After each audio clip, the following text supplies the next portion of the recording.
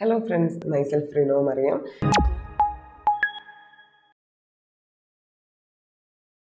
ഇന്ന് നമ്മൾ ഡിസ്കസ് ചെയ്യാനായിട്ട് പോകുന്നത് 2024 UPSC എൻവയോൺമെൻറ്റൽ സയൻസിൽ നിന്ന് വന്നിട്ടുള്ള ക്വസ്റ്റ്യൻസ് ആണ്. അപ്പോൾ ഈ ഒരു ഡിസ്കഷനിൽ നമ്മൾ ഉദ്ദേശിക്കുന്നത് ആ ക്വസ്റ്റ്യൻസിൻ്റെ ആൻസർ ഡിസ്കസ് ചെയ്യുക, അതുപോലെ തന്നെ അത് സോഴ്സ് എന്താണ്, അതുപോലെ തന്നെ എങ്ങനെയാണ് ലോജിക്കലി എക്കോളജി ക്വസ്റ്റ്യൻസ് സോൾവ് ചെയ്യുക എന്നുള്ളതാണ്. എക്കോളജി ക്വസ്റ്റ്യൻസിലോട്ട് വരുമ്പോൾ ടെക്സ്റ്റ് ബുക്കിൽ നിന്നല്ല സാധാരണ ക്വസ്റ്റ്യൻസ് വരാറ്. ഭൂരിഭാഗം ക്വസ്റ്റ്യൻസ് വരുന്നത് ഒന്ന് ഒബ്സർവേഷണൽ ബേസിസിലുള്ള ക്വസ്റ്റ്യൻസ് ആയിരിക്കും. അതായത് നമ്മുടെ ഡെയിലി ലൈഫിൽ നമ്മളുടെ ഒബ്സർവേഷനിൽ നമ്മൾ കണ്ടിട്ടുള്ള കാര്യങ്ങളെക്കുറിച്ചായിരിക്കും ക്വസ്റ്റ്യൻ, അല്ലെങ്കിൽ കറണ്ട് അഫയേഴ്സ് ബേസ്ഡ് ആയിട്ടായിരിക്കും ക്വസ്റ്റ്യൻ വരുന്നത്. അപ്പോൾ എങ്ങനെയാണ് എക്കോളജി ക്വസ്റ്റ്യൻസിനെ ടാക്കിൾ ചെയ്യുന്നത് എന്നാണ് നമ്മളിവിടെ ഡിസ്കസ് ചെയ്യാനായിട്ട് പോകുന്നത്. ഇനി നിങ്ങൾക്ക് UPSC ക്ലാസ്സസിനെ കുറിച്ച്, എൻട്രിയുടെ UPSC ക്ലാസ്സസിനെ കുറിച്ച് കൂടുതൽ വിവരങ്ങൾ അറിയണമെന്നുണ്ടെങ്കിൽ താഴെ കൊടുത്തിരിക്കുന്ന ഗൂഗിൾ ഫോം ഫില്ല് ചെയ്യുകയോ അല്ലെങ്കിൽ നമ്മുടെ കമൻറ്റ് ബോക്സിൽ അറ്റാച്ച് ചെയ്തിട്ടുള്ള നമ്പറിൽ വിളിക്കുകയോ, ആ കമൻറ്റ് ബോക്സിൽ നമ്മൾ ഗൂഗിൾ ഫോം അറ്റാച്ച് ചെയ്തിട്ടുണ്ട്, അത് നിങ്ങൾ ഫില്ല് ചെയ്യുകയോ അല്ലെങ്കിൽ താഴെ കൊടുത്തിരിക്കുന്ന നമ്പറിൽ വിളിക്കുകയോ ചെയ്യുക. കൂടുതൽ UPSC ക്ലാസ്സസിനെ കുറിച്ചുള്ള വിവരങ്ങളും കാര്യങ്ങളും നിങ്ങൾക്ക് അതിൽ നിന്ന് ലഭ്യമാവുന്നതാണ്. അപ്പോൾ first question, according to Environmental Protection Agency, which one of the following is the largest source of sulfur dioxide emission? അപ്പോൾ ഇവിടെ ക്വസ്റ്റ്യൻ ഇതാണ്, എൻവയോൺമെൻറ്റൽ പ്രൊട്ടക്ഷൻ ഏജൻസിയുടെ റിപ്പോർട്ട് പ്രകാരം largest source of sulphur dioxide emission ആരാണ്? അപ്പോൾ ഓപ്ഷൻസിൽ locomotives using fossil fuel, that means vehicles, ships using fossil fuels, extraction of metals from ores, power plants using fossil ഫ്യൂവൽസ്. അപ്പോൾ നമുക്ക് എല്ലാവർക്കും അറിയാവുന്ന ഒരു കോമൺ ഫാക്റ്റാണ്, the largest air pollution contributor is power plants, especially thermal power plants. നമുക്ക് എല്ലാവർക്കും അറിയാം തെർമൽ പവർ പ്ലാന്റ്സിൽ നിന്നാണ് ഏറ്റവും കൂടുതൽ എയർ പൊല്യൂഷൻ ഉണ്ടാകുന്നത്, അല്ലെങ്കിൽ major polluting sector in the world is thermal power plants. എല്ലാ രാജ്യങ്ങൾക്കും എനർജി വേണം, ഹ്യൂജ് എമൗണ്ട് ഓഫ് എനർജി വേണം. മോസ്റ്റ് ഓഫ് ദ നേഷൻസും അവരുടെ എനർജി പ്രൊഡ്യൂസ് ചെയ്യുന്നത് പവർ പ്ലാന്റ്സിൽ നിന്നാണ്. അപ്പോൾ പവർ പ്ലാന്റ്സ് തന്നെയാണ് ഏറ്റവും കൂടുതൽ എയർ പൊല്യൂഷൻ ഉണ്ടാക്കുന്നതെങ്കിൽ പവർ പ്ലാന്റ്സ് തന്നെയായിരിക്കും ഏറ്റവും കൂടുതൽ സൾഫർ ഡയോക്സൈഡ് എമിഷൻസ് ഉണ്ടാക്കുന്നത്. So our answer is option D, power plants using fossil fuels. Okay, so our answer is option D, power plants using fossil fuels.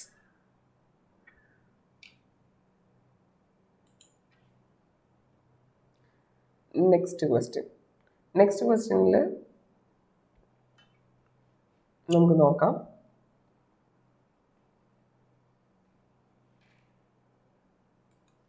Consider the following statements. India does not import apples from United States of America. അതായത് India and United States of അമേരിക്കയിൽ നിന്ന് apples import ചെയ്യുന്നില്ല എന്നാണ് പറയുന്നത്. ആ statement ശരിയാവാനുള്ള chance കുറവാണ്. കാരണം എന്താണെന്ന് വെച്ചാൽ നമുക്ക് എല്ലാവർക്കും അറിയാം, അങ്ങനെ അവരുടെ അടുത്തുനിന്ന് അവരുടെ ഒരു മേജർ ക്രോപ്പാണ് ആപ്പിൾ. ഓക്കെ, യുണൈറ്റഡ് സ്റ്റേറ്റ്സിൻ്റെ ഒരു മേജർ ക്രോപ്പാണ് ആപ്പിൾ. അത് നമ്മൾ ഇവിടേക്ക് ഇമ്പോർട്ട് ചെയ്യുന്നില്ല എന്നുണ്ടെങ്കിൽ തീർച്ചയായിട്ടും അവർ തമ്മിൽ ഇഷ്യൂ ഉണ്ടാവാനുള്ള ചാൻസ് കൂടുതലാണ്. അത് മാത്രമല്ല, അത് ന്യൂസ് പേപ്പറിൽ വന്നേനെ. ആസ് ഓഫ് നൗ നന്നായിട്ട് ന്യൂസ് പേപ്പർ വായിക്കുന്ന ഒരാൾക്ക് ഇങ്ങനൊരു ന്യൂസ് കണ്ണിൽ പെട്ടിട്ടുണ്ടാവില്ല. അത് മാത്രമല്ല, ലോജിക്കലി തിങ്ക് ചെയ്യുകയാണെങ്കിൽ അവരുടെ മേജർ ക്രോപ്പായ ആപ്പിൾ നമ്മൾ മേടിച്ചില്ല എന്നുണ്ടെങ്കിൽ ഉറപ്പായിട്ടും നമ്മൾ അവർ തമ്മിലുള്ള റിലേഷൻ സ്ട്രെയിൻ ചെയ്യാനുള്ള ചാൻസ് കൂടുതലാണ്. അങ്ങനെ നോക്കിക്കഴിഞ്ഞാൽ ഈ സ്റ്റേറ്റ്മെൻറ്റ് തെറ്റാണ്. ഇനി സെക്കൻഡ് സ്റ്റേറ്റ്മെൻറ്റിലോട്ട് വരുമ്പോൾ, in India the law prohibits the import of genetically modified food without the approval of competent authority. ഇതൊരു ലോജിക്കൽ സ്റ്റേറ്റ്മെൻറ്റാണ്. നിങ്ങൾ ആലോചിച്ച് നോക്കിയേ, ഇന്ത്യയിൽ ഇന്നേ വരെ ഒരു ഫുഡ് ക്രോപ്പ്, ജനറ്റിക്കലി മോഡിഫൈഡ് ആയിട്ടുള്ള ഒരു ഫുഡ് ക്രോപ്പ് കൾട്ടിവേറ്റ് ചെയ്യുന്നില്ല. കാരണം എന്താ? ഇന്ത്യ അതിനെ പ്രൊമോട്ട് ചെയ്യുന്നില്ല. ഇന്ത്യയിൽ കൃഷി ചെയ്യുന്ന ഒരേ ഒരു ജനറ്റിക്കലി മോഡിഫൈഡ് ക്രോപ്പ് എന്ന് പറയുന്നത് BT cotton ആണ്, and it's not a food crop. India has concerns regarding genetic modification among the humans if we are consuming this genetically modified food crops. നമ്മൾ ജനറ്റിക്കലി മോഡിഫൈഡ് ആയിട്ടുള്ള food crops എടുത്താൽ നമ്മുടെ ഉള്ളിൽ genetic variations ഉണ്ടാവും എന്നുള്ള ഒരു പേടി ഇന്ത്യയിലുണ്ട്. അപ്പോൾ അതുകൊണ്ട് തന്നെ ഇന്ത്യയുടെ കോമ്പീറ്റൻ്റ് ആയിട്ടുള്ള അതോറിറ്റീസ് ഒന്നും തന്നെ എന്ത് ചെയ്യുന്നില്ല, ഫുഡ് ക്രോപ്സ് ജനറ്റിക്കലി മോഡിഫൈഡ് ആയിട്ടുള്ളത് ഇന്ത്യയിൽ ഇൻട്രൊഡ്യൂസ് ചെയ്യാനായിട്ട് സമ്മതിച്ചിട്ടില്ല. അവിടെ എന്താ കോമ്പീറ്റൻ്റ് അതോറിറ്റിയുടെ അപ്രൂവൽ ഇല്ലാതെ നമുക്ക് ഒരു ജനറ്റിക്കൽ ക്രോപ്പും ഇന്ത്യയിൽ ഇൻട്രൊഡ്യൂസ് ചെയ്യാനായിട്ട് സാധിക്കില്ല. ഇതൊരു ലോജിക്കൽ സ്റ്റേറ്റ്മെൻ്റ് ആണ്. അങ്ങനെ നോക്കിയാൽ സെക്കൻഡ് സ്റ്റേറ്റ്മെൻറ്റ് ശരിയാണ്. So our answer will be statement 1 is incorrect but statement 2 is correct. So our answer is option D. Next question. The organism Cicada, frog hopper, pond skater are. അപ്പോൾ birds, fish, insect, reptile. ഈ question just നിങ്ങളുടെ logic ഉപയോഗിച്ച് answer ചെയ്യാൻ പറ്റുന്ന ഒരു ക്വസ്റ്റ്യനാണ്. നിങ്ങൾക്ക് cicada എന്താണ് എന്നറിയത്തില്ല, വിട്ടേക്കുക. ഫ്രോഗ് ഹോപ്പർ, ആ പേര് കേട്ടാൽ നമുക്ക് വേറൊരു പേരുമായിട്ട് കണക്ട് ചെയ്യാൻ പറ്റും. Froghopper almost similar to grasshopper. Grasshopper എന്താ പിള്ളേരെ? ഒരു ഇൻസെക്റ്റ് ആണ്. ഇനി പോണ്ട് സ്കേറ്റർ. പോണ്ട് സ്കേറ്റർ എന്ന് പറഞ്ഞാൽ പോണ്ടിൻ്റെ മേളിൽ സ്കേറ്റ് ചെയ്യുന്ന ആള്. നമ്മൾ സാധാരണ പോണ്ട്സിലും ലേക്സിലൊക്കെ പോകുമ്പോൾ നമ്മൾ പോണ്ടിൻ്റെ മുകളിൽ എന്ത് ചെയ്യുന്ന കണ്ടിട്ടുണ്ടാവും? ചെറിയ ചെറിയ ഇൻസെക്ട്സ് സ്കേറ്റ് ചെയ്യുന്നതായിട്ട് കണ്ടിട്ടുണ്ടാവും. So we can consider this organisms S insect. ഇത് പക്ക ലോജിക്കലാണ്. അതായത് ഫ്രോഗ് ഹോപ്പർ എന്ന് പറയുമ്പോൾ ഗ്രാസ് ഹോപ്പറായിട്ട് കണക്ട് ചെയ്യുക. പോണ്ട് സ്കേറ്റർ എന്ന് പറയുമ്പോൾ പോണ്ടിൻ്റെ മുകളിൽ സ്കേറ്റ് ചെയ്യുന്നത് നമ്മൾ കണ്ടത് ചെറിയ ചെറിയ ഇൻസെക്ട്സാണ്. So these organisms belongs to insects. അപ്പോൾ ഇവിടെ ലോജിക്കാണ് യൂസ് ചെയ്യേണ്ടത്. Next question. Consider the following statement. Many chewing gums found in the market are source of environmental pollution. ആ സ്റ്റേറ്റ്മെൻറ്റ് ഉണ്ടോ? Many chewing gums found in the market are source of environmental pollution. Second statement, many chewing gums contain plastic as gum base. അപ്പോൾ ഇതും ഒരു observational question ആണ്. കാരണം നമുക്ക് തന്നെ അറിയാം, നമ്മൾ ചൂയിങ് ഗം കഴിച്ചിട്ട് അത് സ്പിറ്റ് ചെയ്യുന്ന സമയത്ത് അത് എന്ത് ചെയ്യും? ചൂയിങ് ഗംസ് നമ്മൾ കഴിച്ചിട്ട് അത് സ്പിറ്റ് ചെയ്യുകയാണെങ്കിൽ അത് അവിടെ തന്നെ കിടക്കും, കുറേ നാൾ അവിടെ കിടക്കും. നമ്മൾ ചവിട്ടുമ്പോഴും ഒക്കെ നമ്മുടെ കാലിലും അതുപോലെ തന്നെ നമ്മുടെ ചപ്പലിലും സാൻഡൽസിലൊക്കെ അത് ഒട്ടിപ്പിടിക്കാറുണ്ട്. അപ്പോൾ അങ്ങനെ നോക്കുകയാണെങ്കിൽ ചൂയിങ് ഗംസ് എന്താണ്? എൻവയോൺമെൻറ്റൽ പൊല്യൂഷൻ ആണ്. കാരണം അത് ഡീഗ്രേഡ് ചെയ്യുന്നത് നമ്മൾ കണ്ടിട്ടില്ല. Second thing, many chewing gums contain plastic as gum base. നമ്മൾ ആ മെറ്റീരിയൽ നോക്കി കഴിഞ്ഞാൽ നമുക്കതൊരു പ്ലാസ്റ്റിക് മെറ്റീരിയൽ പോലെ തന്നെയാണ് തോന്നാറ്. So may be plastic use ചെയ്യാം, അല്ലെങ്കിൽ ഒരു റബ്ബർ ടൈപ്പ് ഓഫ് മെറ്റീരിയൽ ആയിട്ടാണ് നമുക്കത് തോന്നാറ്. സോ അതിൽ പ്ലാസ്റ്റിക്സ് യൂസ് ചെയ്യാനുള്ള ചാൻസ് ഉണ്ട്. ലോജിക്കലി തിങ്ക് ചെയ്യുകയാണെങ്കിൽ ചാൻസ് ഉണ്ട്. So both of the statement may be right. So the answer will be both statement 1 and 2 are correct and statement 2 explains to statement 1. Plastic base ഉള്ളതുകൊണ്ടായിരിക്കും അത് എന്ത് ചെയ്യാതെ, decompose ചെയ്യാതെ. അപ്പോൾ അങ്ങനെ നോക്കിക്കഴിഞ്ഞാൽ ഫസ്റ്റ് സ്റ്റേറ്റ്മെൻറ്റ് എക്സ്പ്ലനേഷൻ ആണ് second statement. So answer option A is the right answer. Option A is the right answer. Okay, next question. Consider the following statements. Lion do not have particular breeding season. Lion do not have particular breeding season. നിങ്ങൾ തന്നെ ഒന്ന് ആലോചിക്കുക, ലയണിന് breeding season ഇല്ല എന്നാണ് ഇവർ പറയുന്നത്. ലയണിന് breeding season ഇല്ലാതിരിക്കാനുള്ള chance കൂടുതലാണ്. കാരണം എന്താ? സാധാരണ ബ്രീഡിങ് സീസൺസ് ഉണ്ടാവുക ഒന്നില്ലെങ്കിൽ മൈഗ്രേറ്ററി ബേർഡ്സിൻ്റെ പ്രത്യേകത എന്താ? അവർ ഒരു സമയത്ത് ഒരു സ്ഥലത്ത് നിന്ന് വേറൊരു സ്ഥലത്തോട്ട് ട്രാവൽ ചെയ്യും. അപ്പോൾ മേ ബി അവർ മൈഗ്രേറ്റ് ചെയ്യാത്ത സമയത്ത് അല്ലെങ്കിൽ അവർ റെസ്റ്റ് എടുക്കുന്ന സമയത്തായിരിക്കാം അവർക്ക് ബ്രീഡിങ് സീസൺ വരിക. അതുപോലെ തന്നെ അക്വാട്ടിക് അനിമൽസ്, നമുക്കറിയാം അക്വാട്ടിക് അനിമൽസ് ഇപ്പോൾ സീ ടർട്ടിൽസ് ഒക്കെ അല്ലെങ്കിൽ നമ്മുടെ ഒലിവ് റിഡ്ലി ടർട്ടിൽസ് ഒക്കെ ഇവർ ലാൻഡിലാണ് നെസ്റ്റ് ചെയ്യുക. അപ്പോൾ ഒരു പർട്ടിക്കുലർ സീസണിലായിരിക്കും ലാൻഡിൽ വന്ന് അവർ നെസ്റ്റ് ചെയ്യുക. അതുമല്ല എന്നുണ്ടെങ്കിൽ ഹാർഷ് ക്ലൈമറ്റിൽ ജീവിക്കുന്ന ജീവികൾ, ഫോർ എക്സാമ്പിൾ പോളാർ ബെയേഴ്സ് അല്ലെങ്കിൽ ഹാർഷ് ക്ലൈമറ്റിൽ ജീവിക്കുന്ന ജീവികൾ, ഇവർക്ക് ക്ലൈമറ്റ് ഫേവറബിൾ ആയിരിക്കുമ്പോൾ വേണം ബ്രീഡ് ചെയ്യാൻ. പക്ഷെ ലയണിനെ സംബന്ധിച്ച് ലയൺ ട്രോപ്പിക്കൽ ക്ലൈമറ്റിലാണ്, throughout the year favourable ആയിട്ടുള്ള ക്ലൈമറ്റ് ആണ്. രണ്ടാമത്തെ കാര്യം എന്ന് പറയുന്നത് ലയൺ ഒരു മാമലാണ്. ഈ രണ്ട് കാര്യങ്ങൾ കൺസിഡർ ചെയ്ത് കഴിഞ്ഞാൽ ലയൺ എപ്പോൾ വേണമെങ്കിലും ബ്രീഡ് ചെയ്യാനുള്ള ചാൻസ് ഉണ്ട്. അപ്പോൾ ബ്രീഡിങ് ഒരു പർട്ടിക്കുലർ സീസണിൽ നടത്തണം എന്നുണ്ടെങ്കിൽ ഒന്നില്ലെങ്കിൽ അവരുടെ ക്ലൈമറ്റ് ഹാർഷ് ആയിരിക്കണം, അല്ലെങ്കിൽ അവർ മൈഗ്രേറ്ററി ആയിരിക്കണം. അങ്ങനെയുള്ള ആൾക്കാരാണ് 90% ഓഫ് ദ കേസസിലും ഒരു പർട്ടിക്കുലർ ബ്രീഡിങ് സീസൺ തിരഞ്ഞെടുക്കുക. ലയണിനെ സംബന്ധിച്ച് അങ്ങനെ രണ്ട് കാര്യങ്ങളും ഇല്ല. അപ്പോൾ അതിനൊരു പ്രത്യേകിച്ച് ബ്രീഡിങ് സീസൺ ഉണ്ടാവണമെന്ന് നിർബന്ധമില്ല. അങ്ങനെ നോക്കിയാൽ ഫസ്റ്റ് സ്റ്റേറ്റ്മെൻറ്റ് അവിടെ ശരിയാണ്. സെക്കൻഡ് സ്റ്റേറ്റ്മെൻറ്റിലോട്ട് പോകുമ്പോൾ, unlike most of the other big cats cheetah do not roar. നമ്മൾ ചീറ്റേനെ കുറിച്ച് ഒരുപാട് സ്ഥലത്ത് കേട്ടിട്ടുണ്ട്. ഫോർ എക്സാമ്പിൾ നമ്മൾ ഇന്ത്യയിൽ ചീറ്റ എക്സ്റ്റിങ്ക്റ്റ് ആണ്, ആഫ്രിക്കയിൽ നിന്ന് ചീറ്റാസിന് ഇന്ത്യയിലോട്ട് ഇൻട്രൊഡ്യൂസ് ചെയ്യുന്നു. ഇപ്പോൾ ചീറ്റ റീഇൻട്രൊഡക്ഷൻ പ്രോഗ്രാമൊക്കെ നിങ്ങൾ നന്നായി പഠിച്ചിട്ടുണ്ട്. അങ്ങനെ പഠിക്കുമ്പോൾ നിങ്ങൾ ഒരു സ്ഥലത്തും ചീറ്റ റോർ ചെയ്യുന്നതായിട്ട് കേട്ടിട്ടില്ല. അല്ലെങ്കിൽ നിങ്ങൾ പിക്ചേഴ്സ് കാണുമ്പോഴോ അല്ലെങ്കിൽ ഇതിനു മുൻപ് കേട്ട കാര്യങ്ങളിൽ നിന്നൊന്നും ചീറ്റ റോർ ചെയ്യുന്ന പിക്ചേഴ്സോ വീഡിയോസോ നിങ്ങൾ കണ്ടിട്ടില്ല. പക്ഷെ ലയണിൻ്റെ കേസ് അതല്ല. ലയൺ റോർ ചെയ്യുന്ന വീഡിയോസും പിക്ചേഴ്സൊക്കെ ഉണ്ട്. ചീറ്റ റോർ ചെയ്യുന്ന പിക്ചേഴ്സോ വീഡിയോസോ നിങ്ങൾ കാണാത്ത സ്ഥിതിക്ക്, അതുമാത്രമല്ല ചീറ്റയെ കുറിച്ച് നിങ്ങൾ ഇത്രയൊക്കെ പഠിച്ചിട്ടുള്ള സ്ഥിതിക്ക് അവിടെ ഒന്നും നിങ്ങൾ ചീറ്റ റോർ ചെയ്യുന്നതായിട്ട് കേട്ടിട്ടില്ല എന്നുണ്ടെങ്കിൽ ഈ സ്റ്റേറ്റ്മെൻറ്റ് ശരിയാണ്. അപ്പോൾ കുറേ പേർക്ക് ഒരു കോൺഫിഡൻസ് ഇഷ്യൂ ഉണ്ടാവും, ഞാനത് വായിച്ചിട്ടില്ലല്ലോ. നിങ്ങൾ ചീറ്റയെ കുറിച്ച് ഇത്രയും കേട്ടിട്ടുണ്ടെങ്കിൽ ഇവിടെ നിങ്ങൾ അത് കേട്ടിട്ടില്ലെങ്കിൽ അതിൻ്റെ അർത്ഥം ചീറ്റ റോർ ചെയ്യുന്നില്ല എന്ന് തന്നെയാണ്. Next statement. Unlike male lions, male leopards do not proclaim their territory by scent marking. അപ്പോൾ ഇവിടെ പറയുന്നത് മെയിൽ ലയൺസിനെ പോലെ മെയിൽ ലെപ്പേർഡ്സ് സെൻറ്റ് മാർക്ക് ചെയ്യാറില്ല എന്നാണ്. സെൻറ്റ് മാർക്കിംഗ് എന്ന് പറഞ്ഞാൽ എന്താണ്? അനിമൽസ് യൂറിനേറ്റ് ചെയ്തോ അല്ലെങ്കിൽ വേറെ എന്തെങ്കിലും മീൻസിലൂടെ അവരുടെ ഒരു സ്മെല്ല് ഒരു ടെറിട്ടറി കൊടുക്കും. എന്തിനാണെന്ന് വെച്ചാൽ ആ ടെറിട്ടറി അവരുടെയാണ് ക്ലെയിം ചെയ്യാനാണ്. അപ്പോൾ വേറൊരു അനിമൽ വരുമ്പോൾ അതിന് ആ സ്മെല്ല് കിട്ടിക്കഴിയുമ്പോൾ അത് വേറൊരു അനിമലിൻ്റെ ടെറിട്ടറി ആണ് എന്ന് ഐഡൻറ്റിഫൈ ചെയ്യാൻ പറ്റും. ഇവിടെ പറയുന്നത് മെയിൽ ലയൺസ് സെൻറ്റ് മാർക്കിംഗ് ചെയ്യുന്ന പോലെ ലെപ്പേർഡ്സ് ചെയ്യാറില്ല എന്നാണ്. പക്ഷേ ലെപ്പേർഡ്സും അതുപോലെ തന്നെ മെയിൽ ലയൺസും ഇവരെല്ലാം ബിഗ് ക്യാറ്റ്സിൽ വരുന്ന എല്ലാ ബിഗ് ക്യാറ്റ്സിനും അവരുടേതായ ടെറിട്ടറി ഉണ്ട്. എങ്ങനെ അവരുടേതായ ടെറിട്ടറി അവരുടെയാണ് എന്ന് ക്ലെയിം ചെയ്യണമെന്നുണ്ടെങ്കിൽ അവർക്കുള്ള ഒരേ ഒരു മാർഗം സെൻറ്റ് മാർക്കിംഗ് ആണ്. അങ്ങനെയെങ്കിൽ ഉറപ്പായിട്ടും ലെപ്പേർഡ്സിനും അവരുടെ ടെറിട്ടറി ഡിമാർക്കേറ്റ് ചെയ്യേണ്ടതായിട്ടുണ്ട്. അതിനവർ സെൻറ്റ് മാർക്കിംഗ് ഉപയോഗിക്കാം. അപ്പോൾ ആ രീതിയിൽ നോക്കുകയാണെങ്കിൽ ഈ തേർഡ് സ്റ്റേറ്റ്മെൻറ്റും ശരിയാണ്. ഈ 3 സ്റ്റേറ്റ്മെൻറ്റും ലോജിക് ഉപയോഗിച്ച് കഴിഞ്ഞാൽ നിങ്ങൾക്ക് സിംപ്ലി ചെയ്യാവുന്നതേ ഉള്ളൂ. അപ്പോൾ ക്വസ്റ്റ്യൻ എന്താണ്? Which of the statements are correct? All 3 statements are correct. So the answer is option D 1, 2 and 3. 3ഉം ശരിയാണ്. Next question. Consider the following: battery storage, biomass generators, fuel cells, rooftop solar photovoltaic units. How many of the above are considered as distributed energy resources? ഇവിടെ question എന്താണ്? മുകളിൽ തന്നിരിക്കുന്നതിൽ ഏതൊക്കെയാണ് distributed energy resources എന്നതാണ് question. Distributed energy resources, ആ word cut ചെയ്താൽ തന്നെ നിങ്ങൾക്കത് എന്താണ് എന്നൊരു ഐഡിയ കിട്ടും. ഡിസ്ട്രിബ്യൂട്ടഡ് എനർജി റിസോഴ്സസ് എന്ന് പറഞ്ഞു കഴിഞ്ഞാൽ എനർജി പ്രൊഡ്യൂസ് ചെയ്യാനായിട്ട് ഉപയോഗിക്കുന്ന റിസോഴ്സസ്.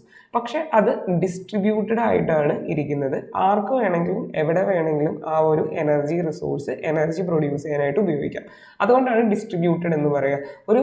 ഇപ്പോൾ നമ്മൾ ഫോർ എക്സാമ്പിൾ ആണെങ്കിൽ നമ്മുടെ തെർമൽ പവർ പ്ലാന്റ്സ് എന്ന് പറയുന്നത് മിക്കവാറും 1-2 സ്ഥലങ്ങളിലായിരിക്കും. അവിടെ നിന്നായിരിക്കും എനർജി പ്രൊഡ്യൂസ് ചെയ്ത് റീഡിസ്ട്രിബ്യൂട്ട് ചെയ്യുക. അല്ലെങ്കിൽ ന്യൂക്ലിയർ പവർ പ്ലാന്റ്സ്, നമുക്കറിയാം ഇന്ത്യയിൽ വളരെ കുറച്ച് കയ്യിലുണ്ടാകുന്ന ന്യൂക്ലിയർ പവർ പ്ലാന്റ്സേ ഉള്ളൂ. അവിടെ എനർജി പ്രൊഡ്യൂസ് ചെയ്ത് എന്ത് ചെയ്യും? പല സ്ഥലങ്ങളിലോട്ട് റീഡിസ്ട്രിബ്യൂട്ട് ചെയ്യും. അപ്പോൾ ആ ന്യൂക്ലിയർ പവർ പ്ലാന്റ്സിനെയോ തെർമൽ പവർ പ്ലാന്റ്സിനെയോ നമുക്ക് ഡിസ്ട്രിബ്യൂട്ടഡ് എനർജി സോഴ്സസ് എന്ന് വിളിക്കാൻ പറ്റത്തില്ല. പക്ഷെ നമ്മൾ വീടുകളിലോ അല്ലെങ്കിൽ നമ്മുടെ ഓഫീസിലോ നമ്മുടെ സ്ഥാപനങ്ങളിലോ അല്ലെങ്കിൽ നമ്മുടെ പേഴ്സണൽ യൂസിനോ ആയിട്ടോ എനർജി പ്രൊഡ്യൂസ് ചെയ്യാൻ ഉപയോഗിക്കുന്ന സംഭവങ്ങളാണ് ഡിസ്ട്രിബ്യൂട്ടഡ് എനർജി റിസോഴ്സസ് എന്ന് പറയുന്നത്. ബാറ്ററി സ്റ്റോറേജ്, നമുക്കറിയാം നമ്മൾ പല ആവശ്യങ്ങൾക്കായിട്ട് ബാറ്ററി സ്റ്റോറേജ് യൂസ് ചെയ്യാറുണ്ട്. മൊബൈൽ ഫോണുകളിൽ, ഇലക്ട്രോണിക് യൂണിറ്റുകളിൽ, അല്ലെങ്കിൽ EVസിൽ, ഇലക്ട്രിക് വെഹിക്കിൾസിൽ എല്ലാം നമ്മൾ ബാറ്ററി സ്റ്റോറേജ് വഴി എനർജി യൂസ് ചെയ്യാറുണ്ട്. അപ്പോൾ അത് ഡിസ്ട്രിബ്യൂട്ടഡ് എനർജി സോഴ്സസ് ആണ്. ഇനി ബയോമാസ് ജനറേറ്റേഴ്സ്, വീടുകളിൽ ബയോമാസിൽ നിന്ന് എനർജി പ്രൊഡ്യൂസ് ചെയ്യാറുണ്ട്. ബയോമാസ് നമ്മൾ എനർജി പ്രൊഡക്ഷനായിട്ട് യൂസ് ചെയ്യാറുണ്ട്. അപ്പോൾ ബയോമാസ് എനർജി പ്രൊഡ്യൂസേഴ്സ് അല്ലെങ്കിൽ ബയോമാസ് ജനറേറ്റേഴ്സ് ഒരു ഡിസ്ട്രിബ്യൂട്ടഡ് എനർജി റിസോഴ്സാണ്. ഫ്യൂവൽ സെൽസ് എന്ന് പറയുന്നത് നമുക്ക് പോർട്ടബിളായിട്ട് യൂസ് ചെയ്യാൻ പറ്റുന്ന സാധനമാണ്. അതുപോലെ തന്നെ ഇൻഡസ്ട്രീസിലും കാര്യങ്ങളിലൊക്കെ കമ്പനീസിലൊക്കെ എനർജി പ്രൊഡക്ഷൻ യൂസ് ചെയ്യാൻ പറ്റും. അപ്പോൾ അതും ഡിസ്ട്രിബ്യൂട്ടഡ് ആണ്. Roof top solar photovoltaic units, നമുക്കറിയാം വീടുകളുടെ മുകളിൽ സോളാർ എനർജി പ്രൊഡ്യൂസ് ചെയ്യുന്ന സംഭവങ്ങൾ, അത് ഓരോ വീട്ടുകാർക്കും വയ്ക്കാൻ പറ്റുന്നതാണ്. അതൊരു സെൻട്രൽ സിസ്റ്റത്തിൽ നിന്നല്ല വരുന്നത്. അപ്പോൾ ഈ 4 സംഭവങ്ങളും എന്താണ്? ഡിസ്ട്രിബ്യൂട്ടഡ് എനർജി സോഴ്സ്, പല സ്ഥലങ്ങളിൽ നമുക്ക് സ്ഥാപിക്കാൻ പറ്റുന്നതാണ് എനർജി പ്രൊഡക്ഷന് വേണ്ടി. So this 4 comes under distributed energy sources. So our answer is option D, all 4. Simple question ആണ്, ലോജിക്കൽ ക്വസ്റ്റ്യൻ ആണ്. Next question. Which of the following shows a unique relationship with an insect that has co-evolved with it, and that is only insect that can pollinate this tree. അതായത് ഇതിൽ പറയുന്നത് ഒരു ട്രീയും ഒരു ഇൻസെക്റ്റും തമ്മിൽ ഒരു കോ evolve relationship ഉണ്ട്, അതായത് ഒരു മ്യൂച്വലിസം ഉണ്ട് എന്ന് പറയാം. ഇതിൽ ഈ ഇൻസെക്റ്റ് മാത്രമാണ് ഈ ട്രീയിൽ പോളിനേഷൻ നടത്തുന്നത്. അങ്ങനെ വളരെ റെയർ ആയിട്ടുള്ള ട്രീസേ ഉള്ളൂ. ഓൾമോസ്റ്റ് എല്ലാ ട്രീസിലും എല്ലാ പ്ലാന്റ്സിലും ഒന്നിലധികം പോളിനേറ്റേഴ്സ് അല്ലെങ്കിൽ ഒന്നിലധികം ഇൻസെക്ട്സ് പോളിനേഷൻ സഹായിക്കാറുണ്ട്. പക്ഷെ താഴെ തന്നിരിക്കുന്ന ട്രീസിൽ ഒരു ട്രീയിൽ ആ ഒരു സ്പീഷീസ് ഓഫ് ഓർഗാനിസം മാത്രമാണ് പോളിനേഷൻ സഹായിക്കുന്നത്. അത് ആരാന്നാണ്? ഇതൊരു ഫേമസ് ഫാക്റ്റാണ്. അത് ഫിഗ് ആണ്. ഫിഗിൻ്റെ ഉള്ളിൽ ഫിഗിൻ്റെ പോളിനേഷൻ നടത്തുന്നത് ഫിഗ് വാസ്പാണ്. അവർ ജീവിക്കുന്നത് ഫിഗിൻ്റെ ഉള്ളിലാണ്. അവർ ആ ഫിഗിൽ നിന്നാണ് അവർക്ക് വേണ്ട ഫുഡും കാര്യങ്ങളും കളക്ട് ചെയ്യുന്നത്. ഈ ഫിഗ് വാസ്പ് മാത്രമാണ് എന്ത് ചെയ്യുന്നത്? ഫിഗ് വാസ്പാണ് എന്ത് ചെയ്യുക? ഫിഗിൻ്റെ പോളിനേഷൻ നടത്തുന്നത്. ഓക്കെ, അപ്പോൾ ആൻസർ വരിക ഫിഗ് ആണ്. ഇപ്പം മഹുവ, സാൻഡൽവുഡ്, സിൽക്ക് കോട്ടൺ ഇതിലൊക്കെ ഒന്നിലധികം പോളിനേറ്റേഴ്സ് ഇൻവോൾവ് ആവാറുണ്ട്. അപ്പോൾ ഇതൊന്ന് നോക്കി വെച്ചേക്കാം. ഇനി അടുത്തതാണ്, consider the following butterfly, fish, frogs. How many of the above have poisonous species among them? ഇതൊരു സിമ്പിൾ ക്വസ്റ്റ്യൻ ആണ്. ഇത്തരം ക്വസ്റ്റ്യൻസ് നമ്മുടെ എക്കോളജിയിൽ അല്ലെങ്കിൽ എൻവയോൺമെൻറ്റൽ സയൻസിൽ ഒരുപാട് ചോദിക്കാറുണ്ട്. ലാസ്റ്റ് വർഷവും UPSC ചോദിച്ചിട്ടുണ്ടായിരുന്നു. അതായത് താഴെ തന്നിരിക്കുന്ന ചെടികളിൽ ഏതൊക്കെയാണ് സൈക്കോട്രോപിക് ആയിട്ടുള്ളതെന്ന്. അപ്പോൾ അതിൻ്റെ ഉള്ളിൽ മഷ്റൂംസ് അതും ഇതൊക്കെ തന്നിട്ടുണ്ടായിരുന്നു. നിങ്ങളൊന്ന് നോക്കിയേ, ഇത് വളരെ ലോജിക്കൽ ക്വസ്റ്റ്യനാണ്. ഇതിൽ അവരെന്താ ചോദിച്ചാണ്? ഈ തന്നിരിക്കുന്ന 3 ഓർഗാനിസത്തിലും ഈ തന്നിരിക്കുന്ന 3 ഓർഗാനിസത്തിൽ അവർ പറയുന്ന പോയിസണസ് സ്പീഷീസ് ഇൻവോൾവ് ആണെന്ന. ബട്ടർഫ്ലൈസ്, നിങ്ങൾ ആലോചിച്ച് നോക്കിയേ, ഒരുപാട് ബട്ടർഫ്ലൈ സ്പീഷീസ് ഉണ്ട്. നമുക്ക് അറിയാൻ പാടില്ലാത്ത എത്രയോ ബട്ടർഫ്ലൈ സ്പീഷീസ് ഉണ്ടാവാം. നമുക്ക് അറിയാവുന്ന ഒരുപാട് ബട്ടർഫ്ലൈ സ്പീഷീസ് ഉണ്ട്. ഇതിൽ ഏതെങ്കിലും ഒരെണ്ണം പോയിസൺ ആയിക്കൂടെ? ആവാൻ ചാൻസ് ഉണ്ട്. ഫിഷ് ഈ പറഞ്ഞ പോലെ തന്നെയാണ്. ഒരുപാട് ഫിഷ് നമുക്കറിയാം പോയിസണസ് ആയിട്ടുള്ളതുണ്ട്. ഇപ്പോൾ ജെല്ലി ഫിഷ് അല്ലെങ്കിൽ സാധാരണ ഫിഷുകളിൽ തന്നെ ബ്രൈറ്റ് കളേഴ്സുള്ള ഫിഷസ് കുറേയൊക്കെ എന്താണ് പോയിസണസ് ആണ്. അപ്പോൾ നമുക്ക് ഇങ്ങനെ പറയാൻ പറ്റും, ഫിഷിൻ്റെ ഉള്ളിൽ തന്നെ ഒരുപാട് സ്പീഷീസ് ഉണ്ട്. നമുക്ക് അറിയാത്ത സ്പീഷീസ് ഉണ്ട്, അറിയാവുന്ന പോയിസണസ് ആയിട്ടുള്ള ഫിഷസ് ഉണ്ട്. അപ്പോൾ അത് ശരിയാണ്. ഫ്രോഗ്സിൽ നമുക്കറിയാവുന്ന പോയിസണസ് ഫ്രോഗ്സ് ഉണ്ട്. ബ്രൈറ്റ് കളേർഡ് ആയിട്ടുള്ള സംഭവങ്ങൾ നമ്മൾ കേട്ടിട്ടുണ്ട്, ഫ്രോഗ്സ് പോയിസണസ് ആണ് എന്നുള്ളത്.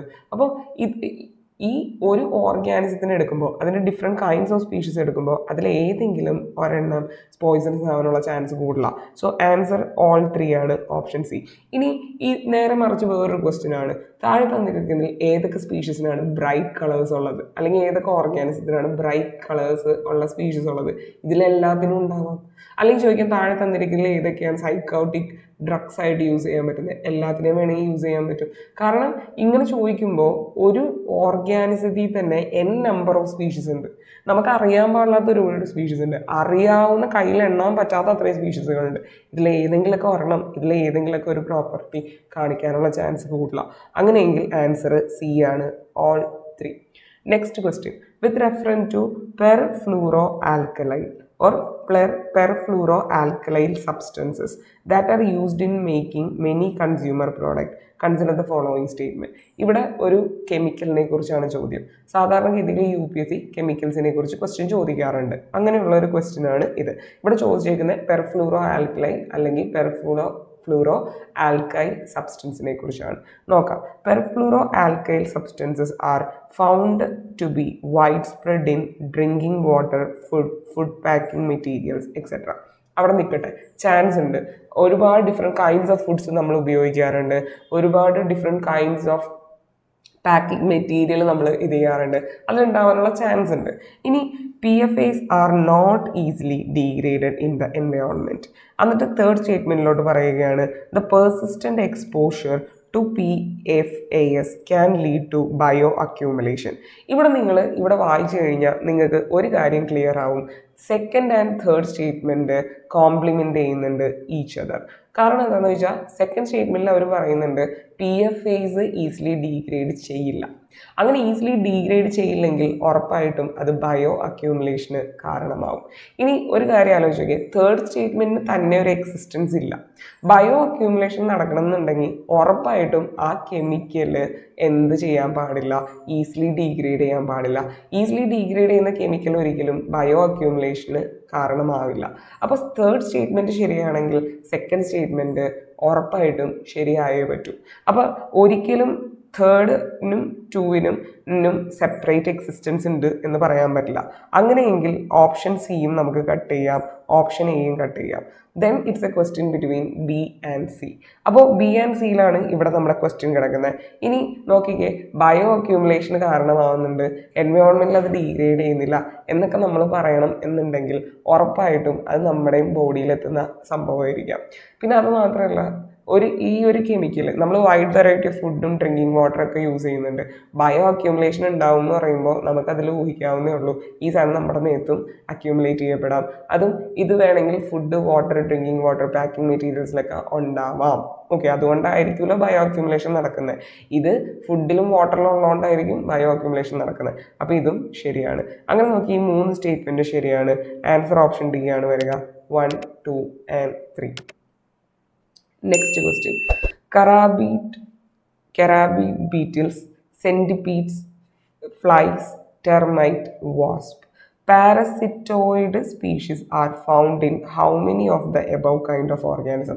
മുകളിൽ കൊടുത്തിരിക്കുന്നതിൽ ഏതൊക്കെയാണ് പാരസിറ്റോയിഡ്? പാരസൈറ്റ് എന്താണെന്ന് എല്ലാവർക്കും അറിയാലോ. വേറൊരു ലിവിങ് തിങ്ങിൻ്റെ മുകളിൽ ജീവിച്ച് അതിനെ നിന്ന് ബെനഫിറ്റ് എടുത്ത് ഫൈനലി ആ ഒരു ഓർഗാനിസത്തിനെ കില്ല് ചെയ്യുന്ന ഓർഗാനിസംസ് ആണ് പാരസൈറ്റ്സ് എന്ന് പറയുക. പാരസൈറ്റിൻ്റെ പ്രത്യേകത, അവർ വേറൊരു ഓർഗാനിസത്തിനെ ആയിരിക്കും ഫുഡിന് വേണ്ടി ആശ്രയിക്കുക. ഫൈനലി സ്ലോലി അവർ ആ മറ്റേ ഓർഗാനിസത്തിനെ അവരെന്ത് ചെയ്യും, കില്ല് ചെയ്യും. ഇത്തരം ഓർഗാനിസംസ് ആണ് പാരസൈറ്റ്സ്. അപ്പോൾ ബീറ്റിൽസ് എന്ന് പറഞ്ഞാൽ വണ്ടുകൾ, പലതരം വണ്ടുകളുണ്ട്. നമുക്കറിയാം ഈ ചെടികളൊക്കെ കഴിക്കുന്ന വണ്ടുകൾ. ആ ചെടികളൊക്കെ കഴിച്ച് ചിലപ്പോൾ ആ ചെടീനെ അത് നശിപ്പിക്കാൻ ചാൻസ് ഉണ്ട്. അപ്പോൾ കാരബീഡ് ബീറ്റിൽസ് നമ്മൾ പൊതുവെ കേൾക്കുക വണ്ട് തുരപ്പൻ എന്നൊക്കെ പറഞ്ഞിട്ട് കുറേ വണ്ടുകളെ കുറിച്ച്. ബീറ്റിൽസ് എന്ന് പറഞ്ഞാൽ വണ്ടുകൾ എന്നാണ് അർത്ഥം. പലതരം ബീറ്റിൽസിനെ കുറിച്ച് നമ്മൾ ഡെയിലി കാണുന്നുണ്ട്, ചെടികളുടെ മുകളിലൊക്കെ കാണുന്നുണ്ട്, അല്ലെങ്കിൽ നമ്മൾ ഫുഡ് സ്റ്റോർ ചെയ്യുമ്പോൾ നമ്മൾ കാണുന്നുണ്ട് ബീറ്റിൽസിനെ, അല്ലേ? അപ്പോൾ ഈ സംഭവങ്ങളുടെ പ്രത്യേകത ഇതെല്ലാം ക്രോപ്സിനെ നശിപ്പിക്കുന്ന സാധനങ്ങളാണ്. അപ്പോൾ അങ്ങനെയെങ്കിൽ ബീറ്റിൽസ് പാരസൈറ്റാണ്. ഇനി സെൻറ്റിപീഡ്സ് എന്ന് പറഞ്ഞാൽ പഴുതാര പോലത്തെ സാധനങ്ങൾ, ഇഴജന്തുക്കളാണ്. അങ്ങനെയുള്ള ജീവികൾ പാരസൈറ്റ് ആയിട്ടുള്ള ഒരു പോയിസണസ് ആണ്. പക്ഷെ പാരസൈറ്റ് ആയിട്ട് ഒരു സാധനത്തിൽ നിന്ന് അതിൻ്റെ ഫുഡ് ഡിറൈവ് ചെയ്യുന്നതായിട്ട് നമ്മൾ കണ്ടിട്ടില്ല. അപ്പോൾ അത് തെറ്റാണ്. ഫ്ലൈസ് എന്ന് പറഞ്ഞാൽ there are different kinds of flies are there. ഒരുപാട് ടൈപ്സ് ഓഫ് ഫ്ലൈസ് ഉണ്ട്. ചില ഫ്ലൈസ് നമുക്കറിയാം, ചില ഫ്ലൈസ് ഡീകമ്പോസ് ചെയ്യും മെറ്റീരിയൽസിനെ. ക്രോപ്സിലൊക്കെ ചില ഫ്ലൈസ്, നിങ്ങൾ ചെടികളിലൊക്കെ വളരുന്ന വൈറ്റ് ഫ്ലൈസിനെ കണ്ടിട്ടുണ്ടാവും. ആ വൈറ്റ് ഫ്ലൈസ് ചെടികളിൽ വന്നിരുന്നു കഴിഞ്ഞാൽ കുറച്ച് കഴിഞ്ഞപ്പോൾ ആ ചെടികളിൽ അത് നശിപ്പിക്കും പയ്യെ. അപ്പോൾ ഫ്ലൈസ് എന്ന് പറയുന്നത് തന്നെ പല ടൈപ്പ് ഫ്ലൈസ് ഉണ്ട്. ചില ഫ്ലൈസ് ക്രോപ്സിനെയൊക്കെ നശിപ്പിക്കാൻ ചാൻസ് ഉണ്ട്. അപ്പോൾ അത് പാരസൈറ്റ് ആണ്. അതിൻ്റെ ഉള്ളിൽ വന്ന് ഫുഡ് അബ്സോർവ് ചെയ്ത് അതിനെ ഇത്. ടെർമൈറ്റ്സ്, ചെതൽ ആരെയും ഫുഡിന് വേണ്ടിയിട്ടോ ഇതിന് വേണ്ടിയിട്ടോ ഉപയോഗിക്കുന്നതായിട്ട് നമ്മൾ കണ്ടിട്ടില്ല. ചെതൽ പാരസൈറ്റ് അല്ല. വാസ്പ് എന്ന് പറഞ്ഞാൽ കടന്നുള്ള സാധനങ്ങൾ അല്ലെങ്കിൽ ചെറിയ പ്രാണികൾ, അവരും അതിലും വാസ്പ് എന്ന് പറഞ്ഞു കഴിഞ്ഞാൽ ഒരു അംബ്രല്ല ടേം. അതിൻ്റെ ഇടയിൽ ഒരുപാട് ടൈപ്പ് ഓഫ് വാസ്പുകൾ വരാം. അപ്പോൾ അതിലേതെങ്കിലുമൊക്കെ എന്തായിരിക്കും, പാരസൈറ്റ് ആയിരിക്കാം. അപ്പോൾ കാരാബിഡ് ബീറ്റിൽസ് അതുപോലെ തന്നെ ഫ്ലൈസ്, വാസ്പാണ് മെയിൻലി എന്തിൽ വരിക, പാരസൈറ്റിൽ വരിക. So answer is option B, only 3. ഇതൊരു ഒബ്സർവേഷണൽ ബേസ്ഡ് ക്വസ്റ്റ്യൻ ആണ്. ഒബ്സർവേഷൻ ഉണ്ടെങ്കിൽ ആൻസർ ചെയ്യാൻ പറ്റുന്ന ക്വസ്റ്റ്യനാണ്. Next question. The Indian flying fox is placed under vermin category in the wildlife protection act 1972. Then second statement, the Indian flying fox feeds on blood of the other animal. ഇതും ഭയങ്കര famous ആയിട്ടുള്ള ഒരു ഫാക്റ്റാണ്. നമ്മളെല്ലാവരും ഒരുപാട് തവണ കേട്ടിട്ടുള്ള ഒരു ഫാക്റ്റാണ്.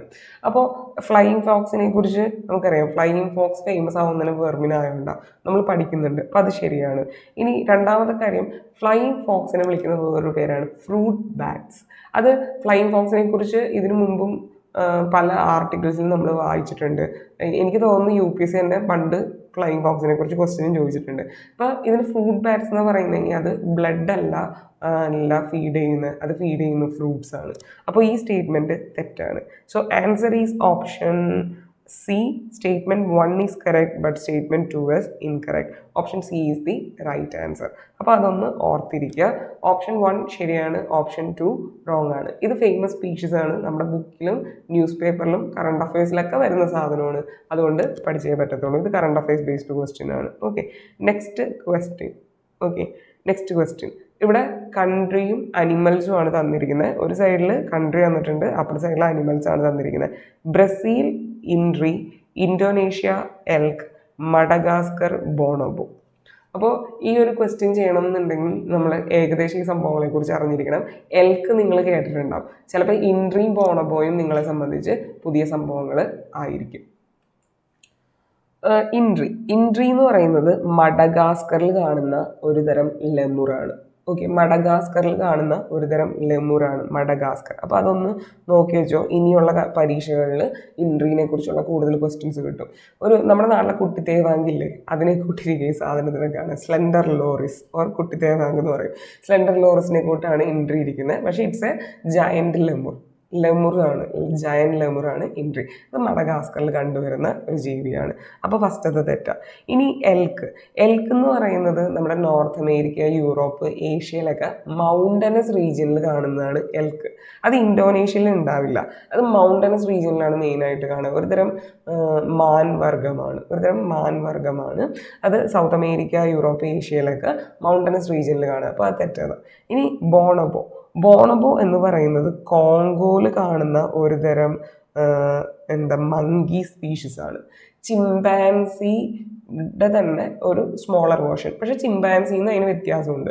It's like A chimpanzee species, പക്ഷേ ചിമ്പാൻസി അല്ലാതെ. ബോണബോ എന്ന് പറയും കോങ്കോയിൽ മാത്രം കണ്ടുവരുന്ന ആളാണ്. കോങ്കോയിൽ മാത്രമേ കണ്ടുവരുന്നുള്ളൂ. അപ്പോൾ ഇവിടെ 3 തെറ്റാണ്. ഇൻട്രി മഡഗാസ്കറിലാണ്, elk North America, Europe, Asia പോലുള്ള സ്ഥലങ്ങളിൽ മൗണ്ടനസ് റീജിയനിൽ, അതുപോലെ ബോണബോ കോങ്കോ എന്ന് പറയുന്ന സ്ഥലത്ത്. അപ്പോൾ 3 തെറ്റാണ്. അപ്പോൾ how many of the pairs given above are correctly matched എന്ന് പറഞ്ഞാൽ ഓപ്ഷൻ ഡി ആണ് നൺ. അപ്പോൾ നിങ്ങൾ ഇനി ഈ സ്പീഷീസുകളെ കുറിച്ച് വളരെ ഡീറ്റെയിൽ ആയിട്ട് പഠിച്ചോളണം. കാരണം ഈ സ്പീഷീസുകളെ കുറിച്ച് ഇനിയും ക്വസ്റ്റ്യൻസ് വരാൻ ചാൻസ് ഉണ്ട്. ഇനി finally consider the following cashew, papaya, red sander. How many of the above trees are actually native to India? നമുക്കറിയാം കാഷ്യൂനട്ട് ഇന്ത്യയിൽ പോർച്ചുഗീസുകാർ ഇൻട്രൊഡ്യൂസ് ചെയ്തതാണ്. അപ്പോൾ കാഷ്യൂനട്ട് വരില്ല. പപ്പായ ഇന്ത്യയിൽ വരുന്നത് സൗത്ത് ഈസ്റ്റ് ഏഷ്യയിൽ നിന്നാണ്. ഇന്ത്യയിലുള്ള സാധനമല്ല.